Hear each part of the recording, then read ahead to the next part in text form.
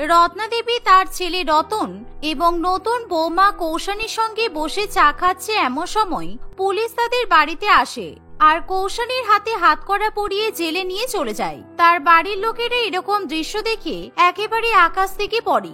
শুধু তাই নয়, পাড়া প্রতিবেশী সকলেই নতুন বৌমা কৌশানীর উপর ছি করতে শুরু করে। প্লিজ অফিসার, আমি কিছু করিনি, আমাকে ছেড়ে দিন। আমাকে এভাবে জেলের মধ্যে ভরেছেন কেন? বিশ্বাস করুন, আমি কিচ্ছু করিনি। আপনি যদি এরকম করেন তাহলে আমি পাড়া প্রতিবেশী, আমার বাবা মা, শ্বশুর শাশুড়ি, বাড়ির কারোর কাছে মুখ দেখাতে পারবো না। প্লিজ আমাকে ছেড়ে দিন। চোর নতুন বউ দোকান থেকে চুরি করতে লজ্জা করে না, আর জেলে যেতে লজ্জা? তোমাকে আমরা কিছুতেই ছাড়তে পারবো না। আর 2 দিন পর আমরা তোমাকে কোর্টে পেশ করব, তারপর যা ফলাফল হওয়ার সেখানেই হবে। আর এখন 2 দিন ধরে তুমি জেলের ভাত খাও, বুঝেছো? কৌশানী অনেক কান্নাকাটি করে এবং পুলিশের পায়ে ধরলেও তারা কিছুতেই কৌশানীকে জেল থেকে ছাড়তে চায় না। আর এমন সময় সেখানে রত্না দেবী এবং রতন দুজনেই চলে আসে। আপনারা যেরকম বিনা নোটিসে আমার বৌমাকে গ্রেপ্তার করলেন তার কারণ আমরা জানতে চাই। আমাদের বৌমা কি করেছে? কারণ আমরা জানি যারা জঘন্য অপরাধ করে তাদেরকেই পুলিশ জেলে ভরে দেয়, কিন্তু আমার বৌমা কি করেছে? আপনার বৌমা গত 3 মাস ধরে বিভিন্ন দোকান থেকে নামি দামি জিনিসপত্র চুরি করেছে, আর তার উইটনেস আমরা পেয়ে গেছি। আর আমরা সেই দোকানের মালিকদের কিছুক্ষণের মধ্যে এখানে উপস্থিত হতে বলেছি। তারা এসে আপনার বৌমার বিরুদ্ধে সাক্ষী দেবেন, তাহলেই বুঝতে পারবেন যে আপনার বৌমা কত বড় অপরাধ করেছে। আর সেই জন্যই আপনাদের বৌমাকে ধরে নিয়ে এসে জেলে ভরা হয়েছে, বুঝেছেন? পুলিশ অফিসারের মুখে এরকম কথা শুনি কৌশানী ভীষণ পরিমাণে লজ্জা পেয়ে যায়। অন্যদিকে রত্না দেবী এবং তার ছেলে রতন কৌশানীকে উল্টোপাল্টা কথা বলতে শুরু করে, কারণ কৌশানী যে এরকম চোর প্রকৃতির মেয়ে সেই বিষয়ে তাদের কোনো ধারণা থাকে না। কিছুক্ষণের মধ্যেই সোনার দোকানের মালিক, হীরার দোকানের মালিক এবং কসমেটিক্সের দোকানের মালিক সবাই একে একে পুলিশ স্টেশনে চলে আসে। এই যে পুলিশ অফিসার, আপনি একদম ঠিক মহিলাকে ধরেছেন। 1 মাস আগে এই মহিলা আমাদের কসমেটিক্সের দোকানে গিয়েছিল আর সেখান থেকে একটা দামি লিপস্টিক চুরি করে নিয়ে এসেছিল। একেবারে চোর মহিলা।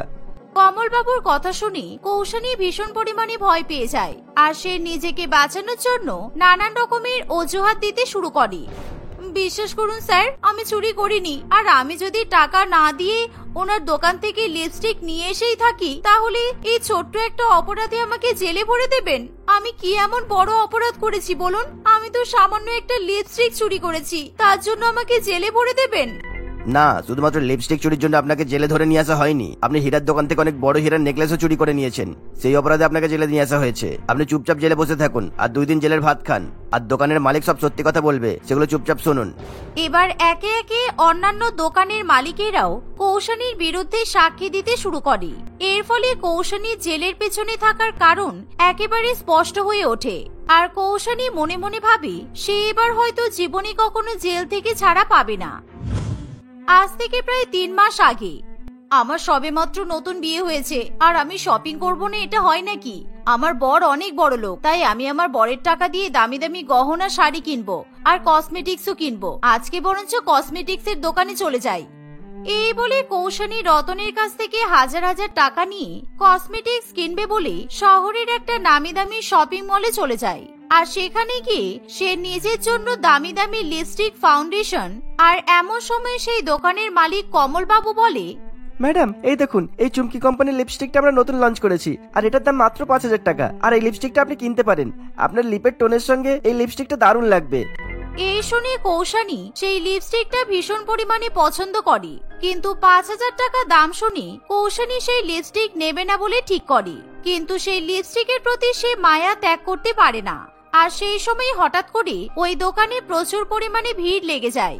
আর তখন কৌশানী বলে, লিপস্টিকটা ভালোই, কিন্তু দামটা অনেকটা বেশি। যদি একটু ডিসকাউন্ট হতো তাহলে ভেবে দেখতে পারতাম। আর আপনারা তো কসমেটিক্স বিক্রি করার জন্য আমার মন রাখার মতো কথা বলবেনই।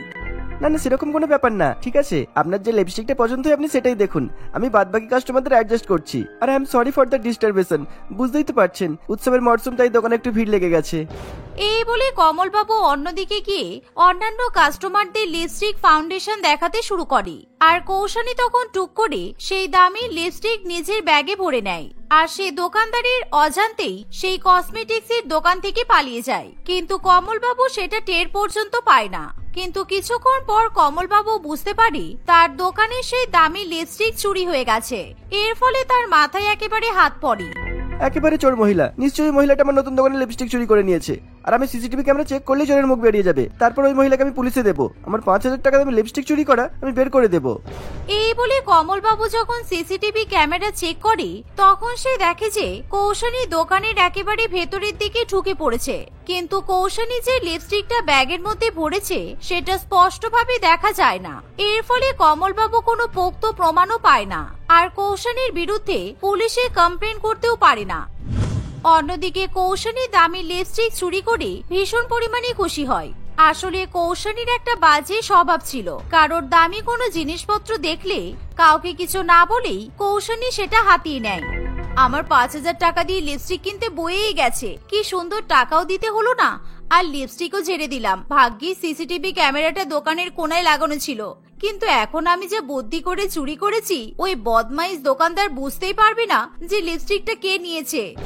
এভাবে কৌশানী সেই দামি লিপস্টিক বাড়িতে নিয়ে এসে ব্যবহার করতে শুরু করে, আর কিছুতেই সে তার স্বভাবের পরিবর্তন করতে পারে না। একদিন কৌশানী তার বান্ধবীদের সঙ্গে শাড়ি কিনতে যায়। কৌশানী, দেখ ওই মহিলাটা কি সুন্দর হাতে ঘড়ি পরে আছে, কিন্তু ঘড়িটা মনে হচ্ছে এক্ষুনি খুলে পড়ে যাবে। দাঁড়া, আমি ঘড়িটা ভালো করে পরে নিতে বলি। না না, পাগল নাকি, এসব বলার কোনো দরকার নেই। তোর ঘড়িটা পছন্দ হয়েছে? আমার তো ঘড়িটা খুব পছন্দ হয়েছে। দাঁড়া, তোকে এক্ষুনি একটা পদ্ধতি দেখাচ্ছি। এমন করে ঘড়িটা নিয়ে নেব আর ওই মহিলাটা কিছু বুঝতেও পারবে না। এই বলে কৌশানী ভিড়ের আড়ালে চুপি চুপি গিয়ে সেই মহিলার হাত থেকে ঘড়ি খুলে নেয়, আর সেই মহিলা কিছু বুঝতেও পারে না। রচনা এমন দৃশ্য দেখে একেবারে অবাক হয়ে যায়, আর সে বিশ্বাস করতে পারে না যে তার বান্ধবী এরকম চুরি করার মতো জঘন্য কাজ করতে পারে। তোর ঘড়িটা পছন্দ হয়েছে তাই বলে তুই চুরি করে নিবি? এখন যদি পুলিশ তোকে ধরে নিয়ে যায় আর উনি বুঝতে পারেন তুই চুরি করেছিস, তাহলে কি হবে? এটা কিন্তু একদমই ঠিক নয়। আমি তোকে সাপোর্ট করতে পারলাম না, সরি। চুপ কর তো। মহিলাটাকে দেখে অনেক বড় লোক মনে হচ্ছে। এরকম একটা ঘড়ি ওর কাছে অনেক আছে, আর এরকম শপিং মলে লোকজনের ভিড়ের মধ্যে ওনার হাত থেকে কে ঘড়ি খুলে নিয়েছে উনি কি বুঝতে পারবেন? ছাড় তো, চল। এই বলে কৌশানী ঘড়িটা ব্যাগের মধ্যে রেখে নেয়। অন্যদিকে কিছুক্ষণের মধ্যে মহিলাটা যখন বুঝতে পারে যে তার হাতের ঘড়ি চুরি হয়ে গেছে, তখন সে কান্নাকাটি করতে শুরু করে, আর এই দেখে কৌশানী এবং তার বান্ধবী সেখান থেকে কেটে পড়ে। এভাবেই কিছুদিন কাটে, কিন্তু রচনা তার বান্ধবীর এরকম স্বভাবের ব্যাপারে কাউকে কিছু বলতে পারে না। কৌশানী কখনো শাড়ি, কখনো চশমা, আরো অনেক কিছুই চুরি করতে শুরু করে। আর এরই মধ্যে একদিন কৌশানী একটি হীরার নেকলেস কিনবে বলে হীরার দোকানে চলে যায়। ওয়াও, এই হীরার নেকলেসটা কি সুন্দর। আচ্ছা দাদা, এই হীরার নেকলেসটার দাম কত? এটা আমার খুব পছন্দ হয়েছে। দিদি, এই নেকলেসটা আমাদের দোকানের এক্সক্লুসিভ নেকলেস, মাত্র 1 কোটি টাকা দাম। আপনার যদি পছন্দ হয় আপনি এখনই নিয়ে যেতে পারেন। আর আমরা এই নেকলেসটা বিক্রি করতেও চাইছি, কারণ এই নেকলেসটা ভীষণ পরিমাণ এক্সক্লুসিভ, বুঝতেই তো পারছেন। এরকম 1 কোটি টাকা দাম শুনি কৌশানী প্রচন্ড পরিমাণে অবাক হয়, আর কৌশানী তখন সেই হীরার নেকলেস চুরি করার চেষ্টা করে। কিন্তু সেই নেকলেস অনেক বেশি দামি হওয়ায় কৌশানী সেই হীরার হার সেখান থেকে নিয়ে যাওয়ার মতো সাহস পায় না। তাই কৌশানী যখন সেই হারটা শোরুমে রাখতে যাবে, তখনই হঠাৎ করে শোরুমে লোডশেডিং হয়ে যায়, আর সেই ফাঁকে কৌশানী সেই নেকলেস শোকেসের উপর রেখে সেখান থেকে ধীরে ধীরে কেটে পড়ে। কিছুক্ষণ পর যখন শোরুমে ইলেকট্রিসিটি চলে আসে, তখন এ কি, আমাদের দোকানের 1 কোটি টাকার নেকলেস কোথায় গেল? লাইট বন্ধ হয়ে গেল আর নেকলেস চুরি হয়ে গেল? না, এরকম হতে পারে না। আমার এত দামি নেকলেস চুরি হয়ে যেতে পারে না। তার মানে ওই মহিলাটা আমার দোকানের হীরার নেকলেস চুরি করে পালিয়ে গেল? হ্যাঁ তাই তো, এখন ওই মহিলাটাই তো এখানে দাঁড়িয়েছিল, কিন্তু এখন ওই মহিলাটাও তো এখানে নেই। কি হবে এবার? এভাবেই কাঁদতে কাঁদতে শিবম পুলিশ অফিসারকে ফোন করে সব ঘটনা জানিয়ে দেয়, আর পুলিশ সেখানে এসে সিসিটিভি ফুটেজ চেক করতে শুরু করে। তারা পরিষ্কারভাবে দেখতে পায় যে ইলেকট্রিসিটি যাওয়ার আগে কৌশানীর হাতে সেই নেকলেসটা ছিল, কিন্তু হঠাৎ করে লোডশেডিং হয়ে যাওয়ার পর যখন ইলেকট্রিসিটি ফিরে আসে, তখন কৌশানী সেখানে থাকে না, আর সেই নেকলেসও সেখান থেকে উধাও হয়ে যায়। আর এই ঘটনা থেকে পুলিশ পুরোপুরিভাবে স্পষ্ট হয়ে যায় যে সেই হীরার নেকলেস কৌশানী চুরি করেছে, আর সেই জন্যই পুলিশ অফিসার কৌশানীকে গ্রেপ্তার করে জেলে ভরে দেয়। না স্যার, বিশ্বাস করুন, আমি হীরের নেকলেস চুরি করিনি। হ্যাঁ, আমি মানছি আমি সবার সাক্ষী অনুযায়ী সামান্য ছোটখাটো জিনিস চুরি করেছি। ঘড়ি নিতে পারি, শাড়ি নিতে পারি, লিপস্টিকও নিতে পারি, কিন্তু হীরার নেকলেস আমি চুরি করতে পারি না স্যার। সেই মুহূর্তে রচনাও তার বান্ধবীর বিরুদ্ধে সাক্ষী দিতে চলে আসে। আপনি কৌশানীর কথা বিশ্বাস করবেন না স্যার, এরকম চোরেদের জেলে থাকাই শ্রেয়। ও যখন আমার সামনে ঘড়ি চুরি করতে পারলো, তাহলে ও হীরের নেকলেসও চুরি করতে পারে। সুতরাং আপনি ওকে যাবজ্জীবন জেলেই রেখে দিন। এভাবে যখন সমস্ত সাক্ষ্য প্রমাণ কৌশানীর দিকে আঙুল তুলতে শুরু করে, তখন তার জেল থেকে ছাড়া পাওয়া মুশকিল হয়ে দাঁড়ায়। আর রত্না দেবী এবং রতনও কৌশানীকে ভীষণ পরিমাণে খারাপ খারাপ কথা শোনাতে শুরু করে। এমনকি রতন কৌশানীর সঙ্গে সমস্ত সম্পর্ক ছিন্ন করবে বলে ঠিক করে। অফিসার, আপনি ওই জেলে থাকা মহিলাটাকে বলুন যে করে হোক আমাকে ওই 1 কোটি টাকার নেকলেস ফিরিয়ে দিতে। ওইটা চলে গেলে আমি ভীষণ পরিমাণে বিপদে পড়ে যাব। তারপর নয় কোর্টে নিয়ে গিয়ে ওকে আচ্ছা মতো শাস্তি দেওয়া হোক। না না, আমি চুরি করিনি। ঘড়ি, শাড়ি আর লিপস্টিক চুরি করার জন্য যদি আমাকে জেলে রাখতে চান তাহলে আমার কোনো অসুবিধা নেই, কিন্তু এরকম হীরার নেকলেস চুরি করার জন্য আমার মতো বাড়ির একজন নতুন বউকে আপনারা জেলে রাখতে পারেন না। আমি নেকলেস চুরি করিনি, বিশ্বাস করুন। আমি যেটা করিনি তার দোষ আমি স্বীকার করতে পারবো না। মাত্র 3 মাস হয়েছে আমার বিয়ে হয়েছে, এভাবে আমার জীবনটা শেষ করে দেবেন না। কৌশানীর কথায় কেউ বিশ্বাস করতে চায় না। আর এমন সময় হঠাৎ করে একজন পুলিশ কর্মী সেখানে এসে বলে, স্যার, এই মহিলাটা একদম সত্যি কথাই বলছে। উনি হীরার নেকলেস নেননি। কেননা ওই দোকানের যখন লাইট চলে যায় তখন রাস্তার সিসিটিভি অ্যাক্টিভ ছিল, আর সেই সিসিটিভিতে সম্পূর্ণভাবে দেখা যাচ্ছে কৌশানী ম্যাডাম যখন দোকান থেকে বেরিয়েছেন তার ঠিক পরেই অন্ধকারের মধ্যে ওই দোকানেরই এক কর্মচারী অর্থাৎ ম্যানেজার দোকান থেকে সেই হীরার নেকলেসটা নিয়ে বেরিয়ে এসেছেন। আর কিছুক্ষণ পর সে আবার ফাঁকা হাতে দোকানে ঢুকে যায়, অর্থাৎ শিবম বাবুর ম্যানেজারই সেই নেকলেসটা চুরি করেছে স্যার। এই শুনে শিবম বাবু একেবারে অবাক হয়ে যায়। আর তখনই শিবম বাবুর ম্যানেজারকে সেখানে ধরে নিয়ে আসা হয়। তাকে লাঠি দিয়ে আঘাত করতেই সে সত্যি কথা স্বীকার করতে বাধ্য হয়। আর এভাবে কৌশানীর মাথা থেকে হীরের নেকলেস চুরি করার অপবাদ মুছে যায়, আর তাকে জেল থেকেও ছেড়ে দেওয়া হয়। দেখুন, আপনি নেকলেস চুরি করেননি বলে আপনি যে দোষী নন সেটা কিন্তু নয়। আপনি আগে অনেক চুরি করেছেন, সুতরাং এবার নিজেকে শুধরে নিন আর যা যা জিনিসপত্র চুরি করেছেন সেগুলো সবাইকে ফিরিয়ে দিন। কৌশানীর স্বামী এবং শাশুড়ি মা সবাইকে নিজেদের প্রাপ্য টাকা ফিরিয়ে দিয়ে কৌশানীর মাথা থেকে চোর অপবাদ মুছে দেয়। আর তারা আবার তাদের নতুন বউকে বাড়ি ফিরিয়ে নিয়ে আসে। নতুন বৌমা বাড়িতে এসে আবার সকলের কাছে ক্ষমা চেয়ে নেয়। সেদিনের পর থেকে কৌশানী ঠিক করে সে আর কখনো এরকম জঘন্য কাজ করবে না। এভাবেই কৌশানী নিজেকে পরিবর্তিত করে সুখে শান্তিতে সংসার করতে শুরু করে। এই পরি, আমাদের কলেজের বন্ধু রানী ওর বিয়েতে আমাদেরকে নেমন্তন্ন করেছে। কালকে সন্ধ্যাবেলায় বিয়ের অনুষ্ঠান আছে, তুই আমার সাথে যাবি তো? দেখ, আমি কিন্তু সুন্দর একটা লেহেঙ্গা পরে রেডি হয়ে তোর জন্য অপেক্ষা করব। তুই কিন্তু সময় মতো চলে আসিস। শীতলার কথা শুনে তার গরিব বন্ধু ঈশ্বরীর মন খারাপ হয়ে যায়, কারণ সে গরিব হওয়ায় তার কাছে পরার মতো দামি কোনো লেহেঙ্গা ছিল না। সে সবসময় ছেঁড়া ফাটা চুড়িদার পরেই ঘুরে বেড়ায়। এর ফলে সে কিছুতেই তার বন্ধুর বিয়েতে যেতে চায় না। সেই দেখে শীতলার ভীষণ পরিমাণে খারাপ লাগে। না রে শীতলা, আমার মায়ের খুব জ্বর হয়েছে, আর মাকে বাড়িতে একা রেখে আমি বিয়ে বাড়িতে যেতে পারবো না। তাই তুই একাই বিয়ে বাড়িতে চলে যাস। আর রানী যদি আমার কথা জিজ্ঞাসা করে তাহলে তুই কিছু একটা অজুহাত দিয়ে দিবি। আমি যখনই তোকে কোথাও যাওয়ার কথা বলি তখনই তুই আমাকে কোনো না কোনো অজুহাত দিয়ে বারণ করে দিস, কিন্তু এবার আমি তোর কোনো কথা শুনবো না। তাই কালকে আমি বিয়ে বাড়িতে চলে গেলেও ওখানে গিয়ে আমি তোর জন্য অপেক্ষা করব। এই বলে শীতলা সেখান থেকে চলে যায়।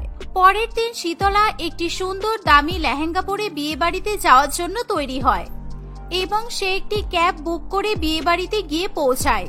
সেখানে গিয়ে সে তার প্রিয় বান্ধবীর জন্য অপেক্ষা করতে থাকে। অন্যদিকে ঈশ্বরী মুখ কালো করে নিজের অসুস্থ মায়ের পাশে বসে থাকে। সে কিছুতেই বিয়ে বাড়িতে যেতে রাজি হয় না। আমি জানি তুই কেন বিয়ে বাড়িতে যেতে চাইছিস না, কারণ তোর কাছে পরার মতো কোনো দামি লেহেঙ্গা নেই সেই কারণে। কিন্তু দামি লেহেঙ্গা পরলেই কি দেখতে ভালো লাগে? আলমারিতে আমার বিয়ের শাড়ি রাখা আছে, সেই শাড়িটা পরে বিয়ে বাড়িতে যা, দেখবি তোকেও কিন্তু সুন্দর লাগবে। ঈশ্বরী তার মায়ের কথা শুনে খুশি হয়। সে সেই মুহূর্তে আলমারি থেকে তার মায়ের পুরানো বিয়ের শাড়ি বের করে এবং সেই শাড়িটা পরেই সে বান্ধবীর বিয়েতে চলে যায়। শীতলা তার প্রিয় বান্ধবীকে দেখে খুবই খুশি হয়। দুই বান্ধবীকে একসঙ্গে বিয়ে বাড়িতে দাঁড়িয়ে থাকতে দেখে তাদের বন্ধু রানী তাদের কাছে আসে। শীতলা, তোর এই দামি লেহেঙ্গাটা কি সুন্দর, তোকে দেখতে কিন্তু ভীষণ ভালো লাগছে। কিন্তু তোর প্রিয় বান্ধবী আমার বিয়েতে কেমন একটা পুরনো গন্ধওয়ালা শাড়ি পরে এসেছে, আর এই শাড়িটাকে তো ছুঁচো কেটে দিয়েছে। তোর বান্ধবী সেটা দেখতেও পায়নি। ঈশ্বরীকে খুব বাজে দেখতে লাগছে। রানীর এমন কথা শুনে ঈশ্বরী মনে মনে ভীষণ কষ্ট পায়। সে সকলের সামনে কেঁদে ফেলে। এই দেখে শীতলারও ভীষণ পরিমাণে খারাপ লাগে। আরে তুই বোকার মতো কাঁদছিস কেন? শাড়িটা পরার আগে একবার দেখবি তো যে শাড়িটা ঠিকঠাক আছে কিনা। আর তোর যে চুড়িদারগুলো আছে সেগুলো পরে তো তোকে দেখতে খুব ভালোই লাগে। তাহলে তুই সেই চুড়িদারগুলোই পরে আসতে পারতিস। হ্যাঁ, তুই এখন দামি লেহেঙ্গা পরেছিস, তাই এখন রানীর মতো তুইও আমাকে ছোট কর। তোর কাছ থেকে আমি এটা কখনো আশা করিনি। আর আমি সেই ছেঁড়া ফাটা চুড়িদার কি করে বিয়ে বাড়িতে পরে আসবো? এই কারণে আমি বিয়ে বাড়িতে আসতে চাইছিলাম না। এই বলে ঈশ্বরী কাঁদতে কাঁদতে সেখান থেকে চলে যায়। এর ফলে শীতলার আরো বেশি পরিমাণে খারাপ লাগে। সে রানীকে তার বিয়ের দিন ভালো মতো কথা শুনিয়ে দেয়। তোর কিন্তু এভাবে আমার বান্ধবীকে কথা শোনানো উচিত হয়নি। তুই জানিস না ও আর ওর মা খুব গরিব, আর কাকিমা আমার বান্ধবীকে খুব কষ্ট করে পড়াশোনা শেখায়, তাই জন্য ওর দামি জামা কাপড় নেই। কিন্তু তার মানে এই নয় যে তুই ওকে এভাবে অপমান করবি। তোর যখন তোর বান্ধবীর প্রতি এতই দরদ, তাহলে বিয়ে বাড়িতে আসার জন্য ওকে একটা দামি লেহেঙ্গা কিনে দিতে পারতিস, কারণ তোর কাছে তো টাকার কোনো অভাব নেই। সুতরাং মুখে বড় বড় কথা না বলে বান্ধবীর জন্য যদি লেহেঙ্গা কিনে দিতিস, তাহলে এত কথা তোর মুখে শোভা পেত। এই বলে রানী সেখান থেকে বিয়ের অনুষ্ঠানে চলে যায় এবং শীতলা চুপ করে দাঁড়িয়ে থাকে। দেখতে দেখতে প্রায় কিছুক্ষণ কাটে। সময়ের সাথে সাথে ঈশ্বরীর মায়ের অসুস্থতা আরো বেশি পরিমাণে বেড়ে যাওয়ায় সে কয়েকদিনের জন্য কলেজ থেকে ছুটি নেয়। এর ফলে শীতলা তার প্রিয় বান্ধবীকে দেখতে না পাওয়ায় তার মন খুবই খারাপ করে। তাই সে একদিন তার বান্ধবী ঈশ্বরীর সঙ্গে দেখা করতে আসে। তুই বেশ কয়েকদিন ধরে কলেজে যাচ্ছিস না বলে আমারও কলেজে যেতে একদম ভালো লাগছে না। সেই কারণে আমি তোর আর তোর মায়ের সঙ্গে দেখা করতে চলে এলাম। আমি কাকিমার জন্য হরলিক্স আর অনেকগুলো ফল এনেছি, কাকিমাকে একটু খাইয়ে দে। তোর মতো বড় লোকের উপকার আমার লাগবে না রে। তুই এসব করে আমাকে আর আমার মাকে ছোট করিস না। প্রথমে বিয়ে বাড়িতে রানীর সঙ্গে মিলে তুই নিজের দামি লেহেঙ্গার উপর অহংকার করে আমাকে অনেক অপমান করেছিস, কিন্তু তখন আমি তোকে কিচ্ছু বলিনি। আর আজকে দয়া করে আমাকে আর অপমান করিস না। তুই আমাকে এভাবে ভুল বুঝিস না রে। আমি তোকে ইচ্ছা করে কিছু বলতে চাইনি। তোর শাড়িটা ছুঁচো কেটে দিয়েছিল, সুতরাং সেই নিয়ে যদি তোকে অন্য কেউ কথা শোনাতো, স্বাভাবিকভাবেই আমার তো খারাপ লাগতো, বল। ঈশ্বরী কিছুতেই শীতলার কথা মেনে নিতে চায় না। সে তার ধনী বান্ধবীকে অনেক অপমান করে তাদের বাড়ি থেকে তাড়িয়ে দেয়। এমন দৃশ্য দেখে রত্নাদেবীর ভীষণ পরিমাণে খারাপ লাগে। সে তার মেয়েকে অনেক বকাবকি করে। ঈশ্বরী সেই মুহূর্তে অঝোর নয়নে কেঁদে ফেলে। মা, আমি ইচ্ছা করেই শীতলাকে অপমান করেছি, কারণ ওর মতো ধনী মেয়ের সাথে আমার মতো গরিবদের বন্ধুত্ব মানাই না। এরপরে আরো এমন অনেক পরিস্থিতি তৈরি হবে যেখানে আমাকে আরো অপমানিত হতে হবে। সেই কারণে এখন থেকে বন্ধুত্ব ভেঙে যাওয়াই ভালো। দেখতে দেখতে এভাবেই আরো কিছুদিন কাটে। একদিন ঈশ্বরীর মাসি তার জন্য সুজয় নামে একটি ছেলের সম্বন্ধ নিয়ে আসে। সুজয়ের ঈশ্বরীকে ভীষণ পরিমাণে পছন্দ হয়। এর ফলে তাদের বিয়ের পাকা কথা ঠিক হয়। দেখুন মাসিমা, আমার সেই রকম ভাবে টাকা করি ধন সম্পত্তি কিছুই নেই, কিন্তু আমি আপনার মেয়েকে সুখে রাখবো। আপনি সেই ব্যাপারে নিশ্চিন্তে থাকতে পারেন। আপনাকে বিয়ের সময় বিয়ের খরচ ছাড়া আর একটা টাকাও আলাদা করে খরচ করতে হবে না। এই কথা বলে তুমি আমাকে বাঁচালে বাবা। আমি চাই আমার মেয়ে তোমার সাথে সারা জীবন সুখে সংসার করুক। তাই শুভ কাজে আর দেরি করে লাভ নেই। এই সামনের মাসে একটা শুভ দিন দেখে আমি তোমার সাথে আমার মেয়ের বিয়ে দিয়ে দেব। এভাবেই সুজয়ের সঙ্গে ঈশ্বরীর বিবাহ ঠিক হয়। কিন্তু ঈশ্বরী তার বন্ধু শীতলাকে এই ব্যাপারে কিছু জানায় না। শীতলা কলেজে অন্যান্য বান্ধবীদের মুখে তার প্রিয় বান্ধবীর বিয়ের কথা শুনে মনে মনে খুবই কষ্ট পায়। সে ঈশ্বরীর উপর অভিমান প্রকাশ করে বলে, দেখ, তোর যদি ইচ্ছা হয় তাহলে আমার বিয়েতে আসতে পারিস, আমার কোনো অসুবিধা নেই। কিন্তু দয়া করে আমার বিয়েতে এসে আমার শ্বশুরবাড়ির লোকেদের সামনে নিজের দামি লেহেঙ্গার অহংকার দেখাবি না। তাহলে কিন্তু সেই মুহূর্তেই আমি তোকে সেখান থেকে তাড়িয়ে দেব। তোর যা মনে আসে তুই আমাকে তাই বলতে পারিস, কিন্তু আমি তোর বিয়েতে যাব, কারণ তুই বিয়ে করে চলে যাওয়ার পর আমার সাথে আর কোনো সম্পর্ক রাখবি না আমি জানি। তাই আমি তোর বিয়েটা মিস করতে চাই না রে। এভাবে দেখতে দেখতে আরো কিছুদিন কাটে। ঈশ্বরী নিজের বিয়ের জন্য বাজারে লেহেঙ্গা কিনতে চলে যায়। সে একটি দোকানে ঢুকে নিজের জন্য সুন্দর সুন্দর লেহেঙ্গা পছন্দ করতে শুরু করে। কিন্তু লেহেঙ্গাগুলোর দাম দেখে সে কিছুতেই সেই লেহেঙ্গা কেনার কথা ভাবতে পারে না।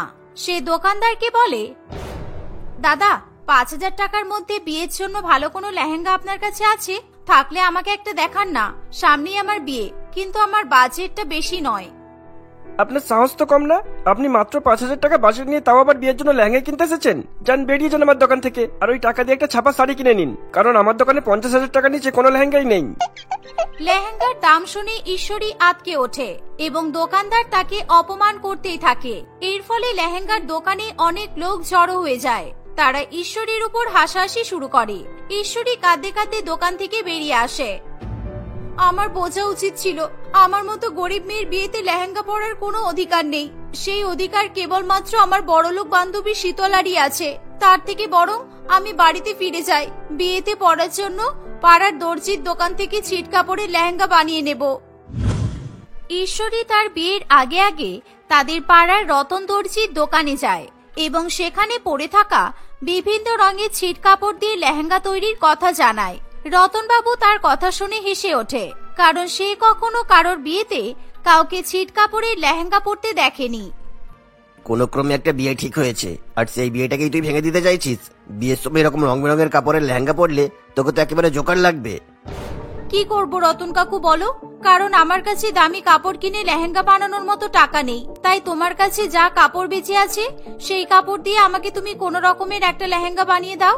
সেই লেহেঙ্গা পরেই আমি বিয়ে করে নেব। রতনবাবু আর তার সাথে কোনো কথা বাড়াতে চায় না। সে ঈশ্বরীর জন্য ছিট কাপড় দিয়ে লেহেঙ্গা বানাতে শুরু করে। দেখতে দেখতে বিয়ের দিন এগিয়ে আসে। জোকারের মতো রং বেরঙের কাপড় দিয়ে তৈরি একটি লেহেঙ্গা পরে। সেই লেহেঙ্গা পরে সে বিয়ের অনুষ্ঠানে আসলে তাকে দেখে সবাই হাসাহাসি শুরু করে। এর ফলে ঈশ্বরীর খুবই খারাপ লাগে। সুজয় নিজের হবু বউয়ের এরকম জোকারের মতো সাজ দেখে ভীষণ পরিমাণে অপমানিত বোধ করে। আমি তো তোমাদের কাছ থেকে একটা টাকাও যৌতুক নেইনি, কিন্তু তোমরা এতটাই গরিব যে নিজের বিয়ের জন্য একটা ঠিকমতো লেহেঙ্গাও কিনতে পারোনি। তোমার এরকম একটা জোগাড় সাজের জন্য আমাকে আমার বাড়ির লোকের সামনে কতটা ছোট হতে হলো তুমি জানো? সকলে মিলে তাকে বিভিন্নভাবে অপমান করছে। ঠিক সেই সময় শীতলা একটি সুন্দর লেহেঙ্গা পরে তার বান্ধবীর বিয়েতে এসে উপস্থিত হয়। সে নিজের বান্ধবীকে অপমানিত হতে দেখে তাই সে সকলকে চুপ করিয়ে দেয় এবং নিজের প্রিয় বান্ধবীর হাতে একটি দামি লেহেঙ্গা তুলে দেয়। সেই দামি লেহেঙ্গাটা দেখে ঈশ্বরী ভীষণ পরিমাণে অবাক হয়। শীতলা, এই দামি লেহেঙ্গাটা তুই কোথা থেকে পেলি? এটা তো সেই লেহেঙ্গাটা যে লেহেঙ্গাটা আমি আমার বিয়ের জন্য পছন্দ করেছিলাম, কিন্তু অনেক দাম বলে আমি কিনতে পারিনি। তাই দোকানদারের কাছে আমাকে অনেক অপমানিত হতে হয়েছে। তুই যখন দোকানে লেহেঙ্গা পছন্দ করছিলিস তখন তোর বিয়েতে পরার জন্য আমিও দামি লেহেঙ্গা কিনতে গিয়েছিলাম, কিন্তু তুই আমাকে ছেড়ে শপিং করতে গেছিস দেখে আমার খুব খারাপ লেগেছিল। ঈশ্বরী লেহেঙ্গা শপিং এর দিন যখন সে কাঁদতে কাঁদতে দোকান থেকে বেরিয়ে যায়, ঠিক তার পরের মুহূর্তেই শীতলা সেই দোকানে যায়। সে 50,000 টাকা দিয়ে তার প্রিয় বান্ধবীর পছন্দ মতো লেহেঙ্গা বিয়ের উপহার হিসেবে কিনে নেয়। মানুষ গরিব হলে তাকে অপমান করা বন্ধ করুন। আর আমি মানছি আপনার দোকানে কম দামি লেহেঙ্গা নেই, কিন্তু তাই বলে আমার বান্ধবীকে অপমান করা আপনার উচিত হয়নি। তাই এই লেহেঙ্গাটা আমি আমার বান্ধবীর জন্য কিনে নিয়ে গেলাম। আমার খুব ভুল হয়ে গেছে ম্যাডাম, আমি আর কখনো এরকম ব্যবহার করবো না কারোর সাথে। দয়া করে আপনি আমার উপর রাগ করবেন না। এভাবে লেহেঙ্গা কিনে শীতলা তার বান্ধবীকে বিয়ের দিন উপহার হিসেবে দেয়। এই কথা শুনে ঈশ্বরীর চোখে জল চলে আসে। সে কাঁদতে কাঁদতে তার বান্ধবীর কাছে ক্ষমা চায়। আরে ঠিক আছে, বিয়ের দিন এভাবে কাঁদিস না, আর তাড়াতাড়ি এই লেহেঙ্গাটা পরে চলে আয়। আমি তোর বিয়েতে ভীষণ পরিমাণে আনন্দ করতে চাই, কারণ টাকা দিয়ে আমি কখনো সম্পর্ক বিচার করি না। তুই আমার প্রিয় বান্ধবী ছিলিস আর প্রিয় বান্ধবী থাকবি। একটা দামি লেহেঙ্গা পরেছিলিস বলে আমি তোকে কত অপমান করেছিলাম, কিন্তু আজকে তোর জন্য আমার লেহেঙ্গা পরার শখ পূরণ হলো। আমি তোকে কি করে ধন্যবাদ দেব জানি না। হয়তো ঈশ্বর তোকে আমার কাছে এই কারণেই পাঠিয়েছে। এই বলে ঈশ্বরী তার বান্ধবীর দেওয়া দামি লেহেঙ্গাটা পরে। সকলে সেই লেহেঙ্গার ভীষণ পরিমাণে প্রশংসা করে। সুজয় তার হবু বউয়ের রূপ দেখে এবং লেহেঙ্গাটা দেখে খুবই খুশি হয়। এই যে জামাইবাবু, আর কিন্তু কখনো আমার বান্ধবীকে অপমান করার চেষ্টা করবে না, কারণ আপনি গরিব মেয়েকে বিয়ে করছেন বলে তার মাথা কিনে নেননি। সুজয় নিজের ব্যবহারের জন্য লজ্জা পায় এবং সে তার হবু বউয়ের কাছে ক্ষমা চায়। কিছুক্ষণ পরেই ঈশ্বরীর সঙ্গে সুজয়ের ধুমধাম করে বিয়ে সম্পন্ন হয়।